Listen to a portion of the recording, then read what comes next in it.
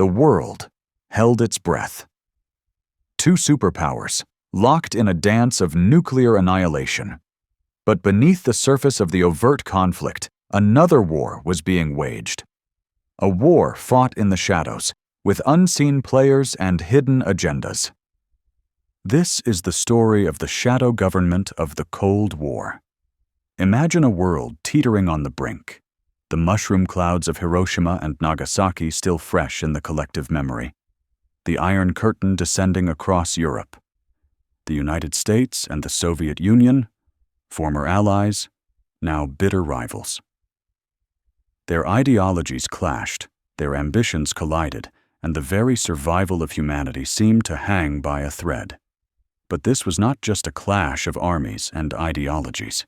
It was a battle for the very soul of the planet, a battle fought not on open fields, but in the secret corridors of power, in whispered conversations, and in clandestine operations. The Cold War was more than just a geopolitical standoff. It was a psychological war, a propaganda war, and most importantly, a war of intelligence. And at the heart of this unseen struggle lay what some have called the shadow government. A network of individuals and organizations operating outside the traditional structures of power, yet wielding immense influence. Who were these people, and what were their ultimate goals? The seeds of this shadow government were sown in the ashes of World War II. As the victorious Allied powers began to carve up the defeated enemy, a new threat emerged. The Soviet Union, once a partner, was now seen as an existential enemy.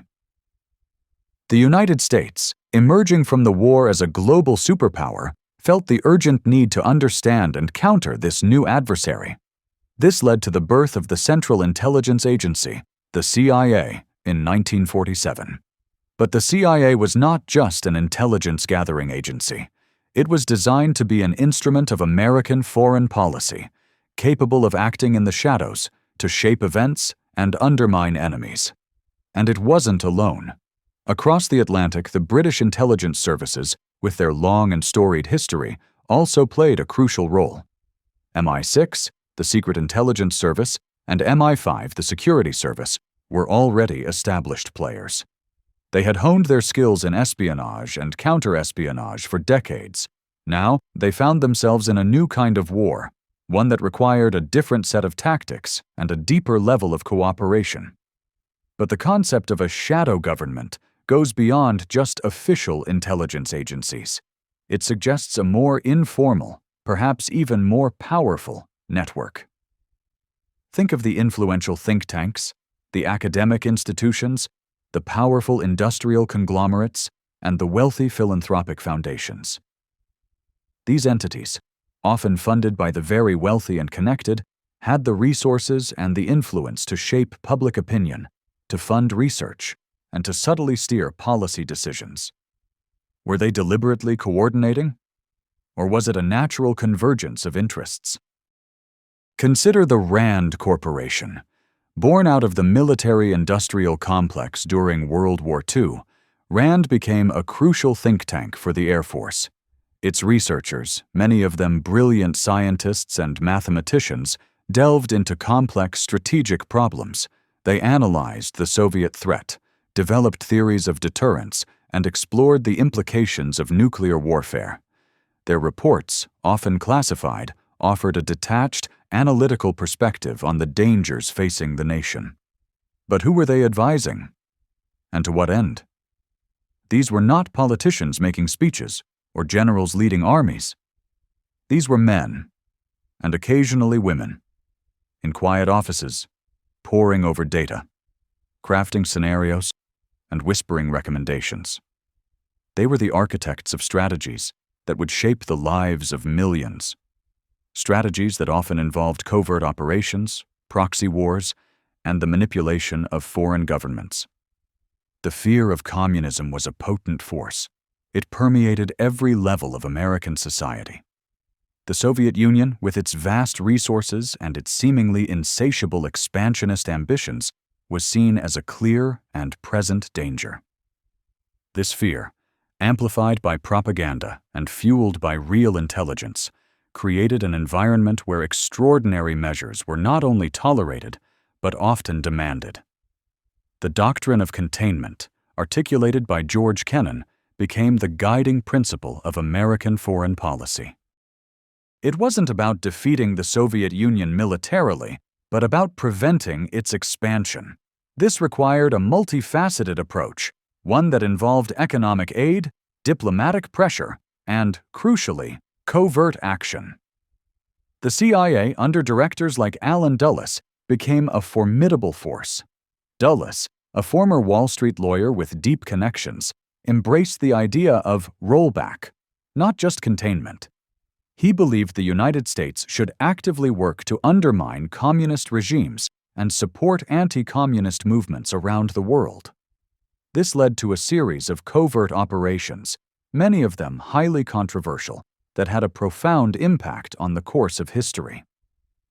Think of Iran in 1953. The democratically elected Prime Minister, Mohammad Mossadegh, had nationalized the country's oil industry, angering Western oil companies.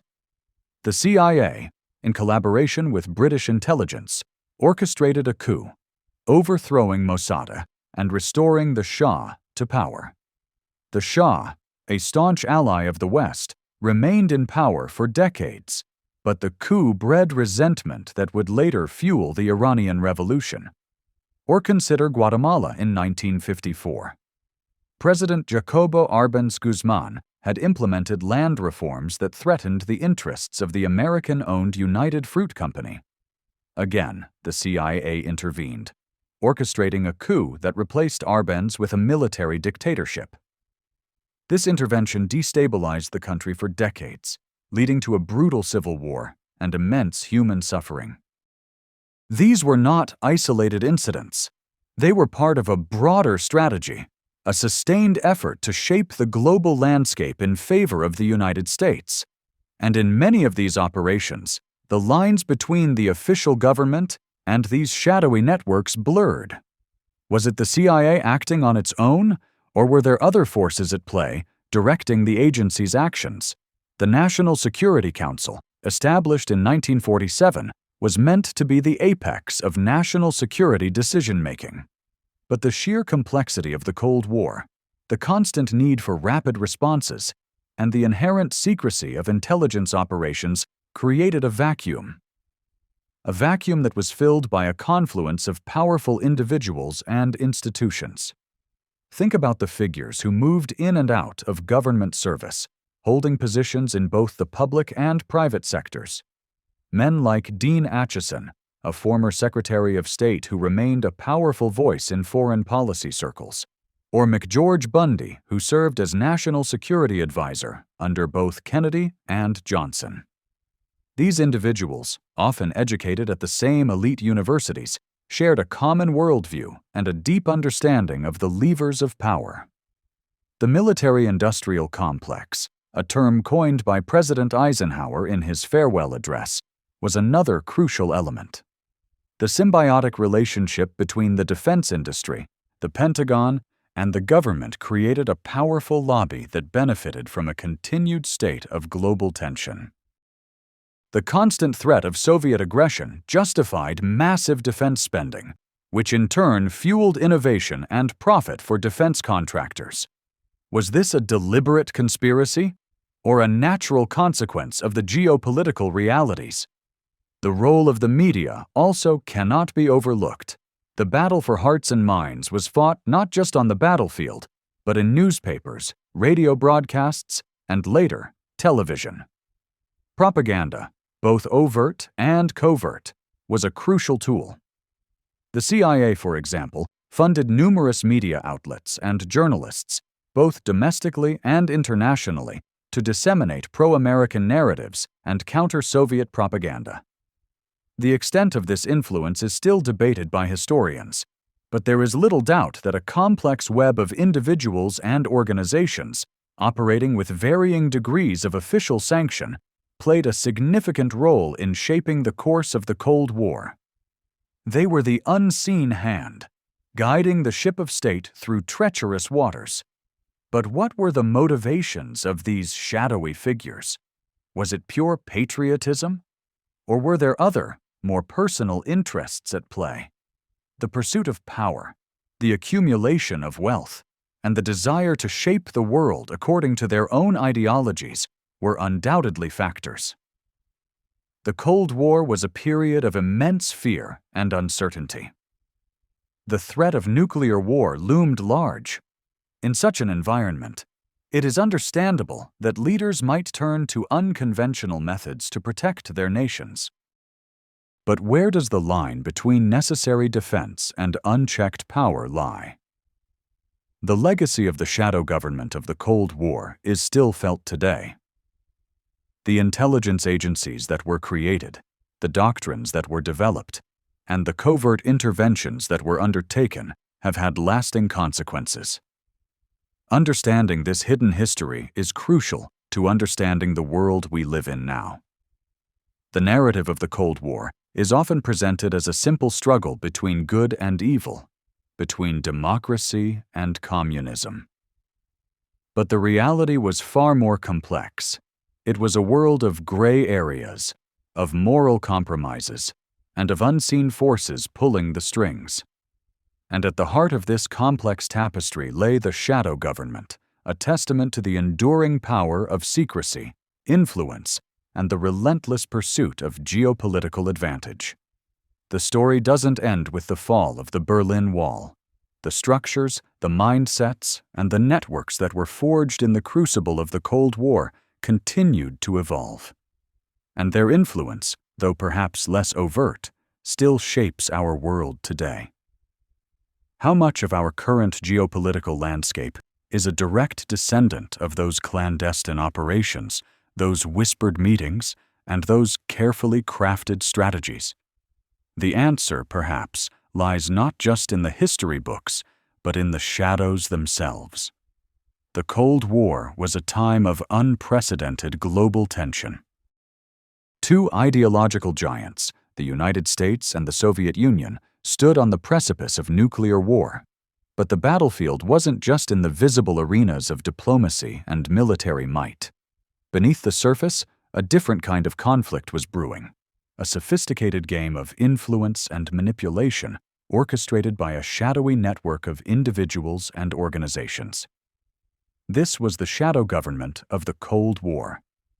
Think of it as a hidden layer of power, operating in tandem with, and sometimes in defiance of, the official structures of government. These were not necessarily rogue agents or mad scientists.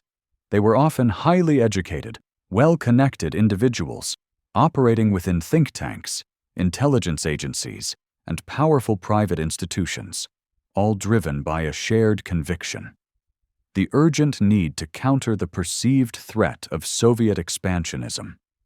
The genesis of this shadow government can be traced back to the immediate aftermath of World War II.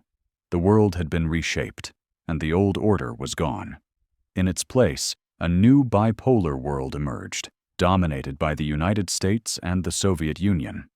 The United States, in particular, felt an immense responsibility to lead the free world against the rising tide of communism. This led to the creation of the Central Intelligence Agency in 1947. But the CIA was more than just an information-gathering body. It was conceived as an instrument of proactive foreign policy, capable of shaping events in the shadows. The National Security Act of 1947, which established the CIA, also created the National Security Council. This was meant to be the central coordinating body for national security policy.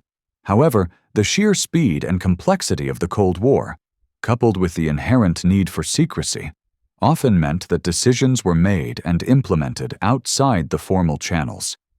This created fertile ground for the emergence of informal networks of influence. Consider the intellectual architects of the era.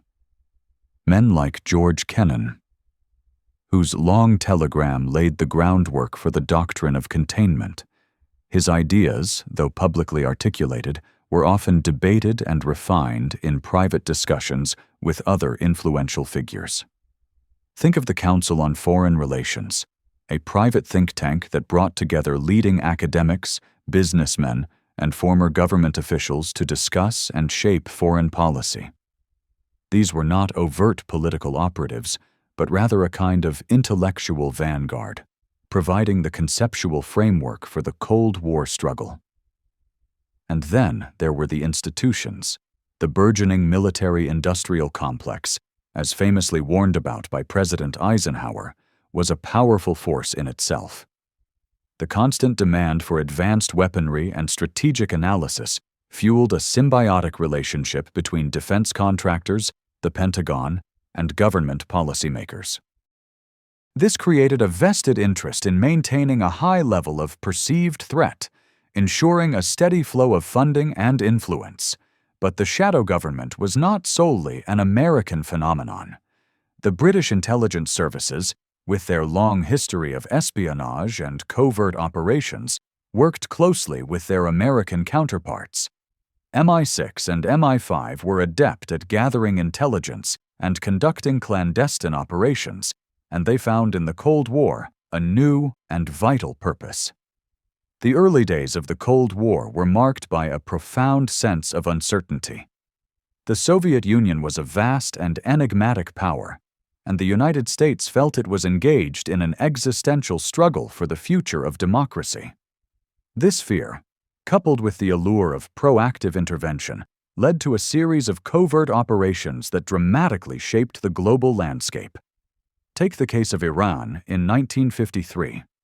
Prime Minister Mohammad Mossadegh had nationalized the country's oil industry, a move that threatened Western economic interests. The CIA, working with British intelligence, orchestrated a coup that overthrew Mossadegh and installed the Shah of Iran, a staunch ally of the West, in power. This operation, while successful in the short term, sowed the seeds of deep resentment that would contribute to the Iranian Revolution decades later. Was this a decision made by elected officials in public, or was it the product of clandestine discussions and agreements among a select group of powerful individuals? Similarly, the CIA's intervention in Guatemala in 1954, which deposed President Jacobo Arbenz Guzman, was driven by the interests of the American-owned United Fruit Company.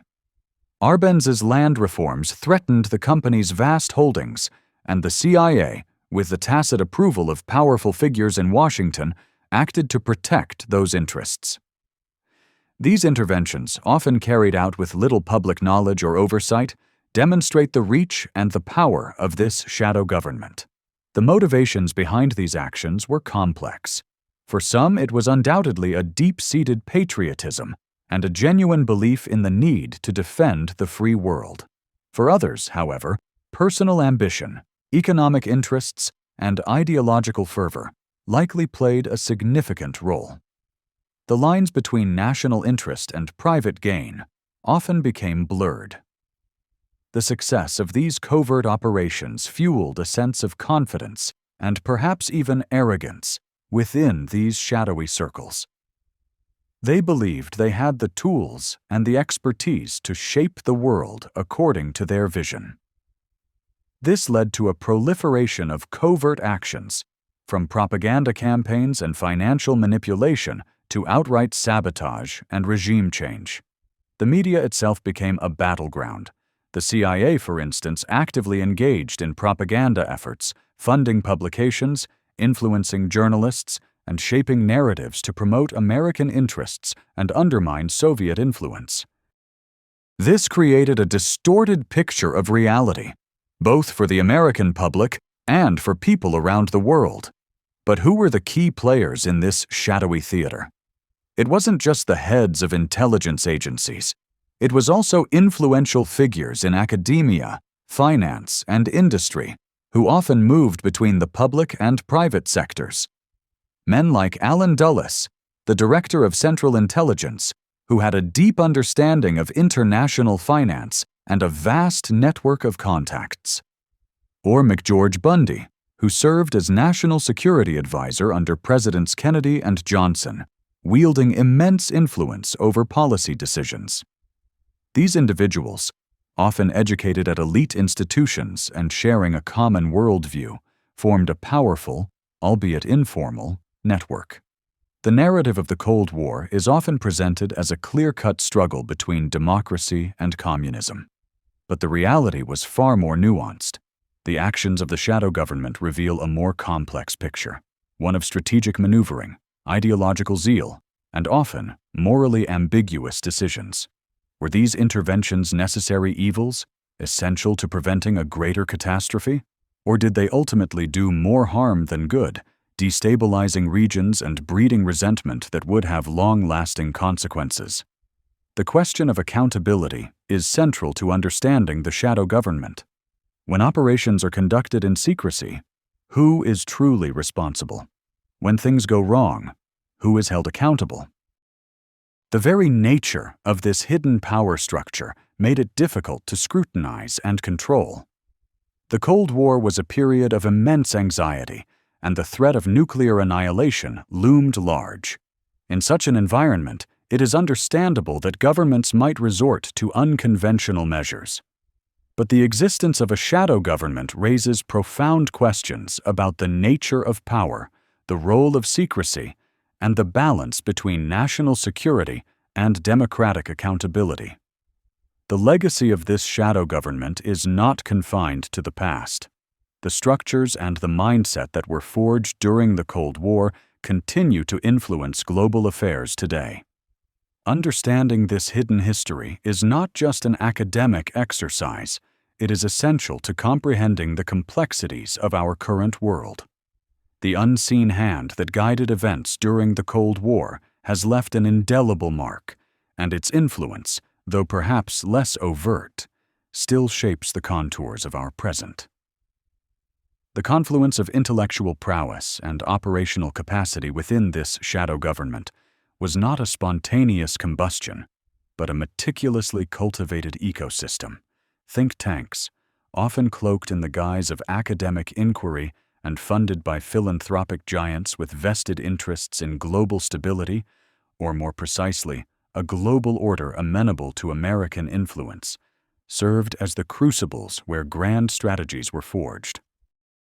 These institutions, populated by economists, political scientists, and former military strategists, were not merely conduits for ideas, they were architects of doctrine, tasked with envisioning the long-term contours of the geopolitical landscape.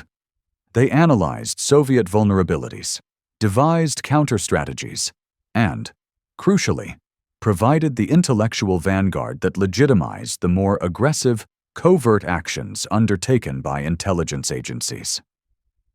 The Rand Corporation, a prime example of this symbiotic relationship, became synonymous with the rigorous, often detached, analysis that underpinned Cold War policy. Its researchers, insulated from the immediate pressures of electoral politics, could explore the most existential of questions with a dispassionate gaze, charting the chilling calculus of nuclear deterrence or the intricate mechanics of psychological warfare.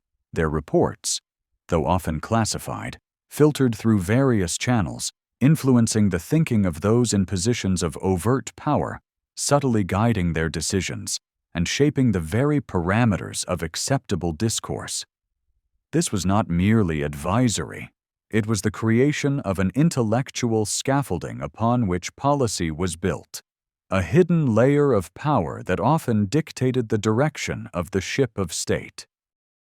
The symbiotic relationship extended to the industrial conglomerates that formed the bedrock of the military-industrial complex, a term that, while often used pejoratively, accurately described an undeniable reality. These corporations, their profits inextricably linked to defense spending, found a powerful ally in the shadow government. Intelligence agencies, operating under the imperative of maintaining technological superiority and executing complex covert operations, required cutting-edge equipment, advanced communications, and specialized services. This created a perpetual demand, a self-sustaining cycle where the needs of national security, as defined by the shadow government, fueled private enterprise, which in turn lobbied for continued investment and research, thus reinforcing the very structures that benefited them. The line between serving national interests and advancing corporate agendas became increasingly blurred, a gray area where accountability was as elusive as the operatives themselves. Beneath the veneer of scientific objectivity and patriotic duty, a profound moral compromise often lurked. The pursuit of containment, and later, the more aggressive doctrine of rollback, frequently necessitated actions that defied conventional ethical boundaries. The overthrow of democratically elected governments, the destabilization of foreign regimes, and the pervasive use of propaganda were not mere footnotes in the grand narrative of ideological struggle. They were central to the shadow government's operational methodology. These were the necessary evils, the morally ambiguous maneuvers deemed essential to preserving a world order favorable to American interests. The justification was always the same. The existential threat posed by the Soviet Union, the specter of communist domination, and the need to act decisively in the shadows to prevent a more catastrophic overt conflict. Consider the pivotal events in Iran in 1953 and Guatemala in 1954. In Iran, the democratically elected Prime Minister Mohammad Mossadegh's nationalization of the oil industry threatened Western economic interests, particularly those of Great Britain and the United States. The CIA, in concert with MI6, orchestrated Operation Ajax, a covert operation that involved bribing Iranian military officials, spreading disinformation through local media, and orchestrating protests and riots. The ultimate goal was to depose Mossadegh and install a more pliable regime, one that would restore Western access to Iranian oil. The operation was a success in its immediate objective, leading to Mossadegh's downfall and the coronation of Shah Mohammad Reza Pahlavi as an autocratic ruler, a staunch ally of the West for decades to come. Similarly, in Guatemala, President Jacobo Arbenz Guzman's land reform policies, which included expropriating fallow land owned by the American United Fruit Company, were perceived as a threat to U.S. economic interests. The CIA, under the direction of Allen Dulles, launched Operation PB Success, a multifaceted campaign of psychological warfare, propaganda, and paramilitary infiltration. The objective was to destabilize Arbenz's government, portraying him as a communist sympathizer and orchestrating his removal. The operation succeeded, leading to a brutal military dictatorship that plunged Guatemala into decades of civil war and immense human suffering. These interventions, executed with a chilling efficiency, exemplified the shadow government's modus operandi. They were characterized by a profound disregard for national sovereignty, a willingness to manipulate political processes, and a strategic deployment of disinformation to shape both domestic and international perceptions. The intelligence agencies, empowered by their clandestine status and insulated from public scrutiny, became adept at leveraging local grievances and political divisions to achieve their objectives. The media, often unwittingly or sometimes complicitly, played a crucial role in disseminating the narratives that justified these actions, framing them as necessary bulwarks against communist expansion. The question of coordination among these disparate elements, intelligence agencies, think tanks, industrial magnates, and philanthropic foundations, remains a subject of intense historical debate. While a formal, centralized command structure is unlikely, the shared worldview, the interconnected networks of influence, and the common objectives created a de facto alignment. The Council on Foreign Relations, the Trilateral Commission, and other influential bodies served as informal forums, where these elites could convene, share perspectives, and subtly shape policy agendas. These were not shadowy cabals plotting in smoke-filled rooms in the literal sense, but rather the natural congregations of power where individuals with shared access and similar objectives could convene and influence the direction of national and international affairs. The architects of this shadow government were often driven by a potent cocktail of genuine patriotism, a fervent anti-communist ideology, and, it must be acknowledged, a certain self-interest. They believed, with an almost religious conviction, that their actions were vital to the survival of the free world. The Soviet Union, with its expansionist ambitions and totalitarian ideology, represented an existential threat that justified extraordinary measures. In their view, the inherent dangers of nuclear war necessitated a proactive, often aggressive defense, one that could not always be conducted in the full light of public scrutiny. Secrecy was not merely a tool, it was a prerequisite for effective action in a world teetering on the brink of annihilation. The doctrine of containment, articulated by figures like George Kennan, initially envisioned a patient, long-term strategy of resisting Soviet expansion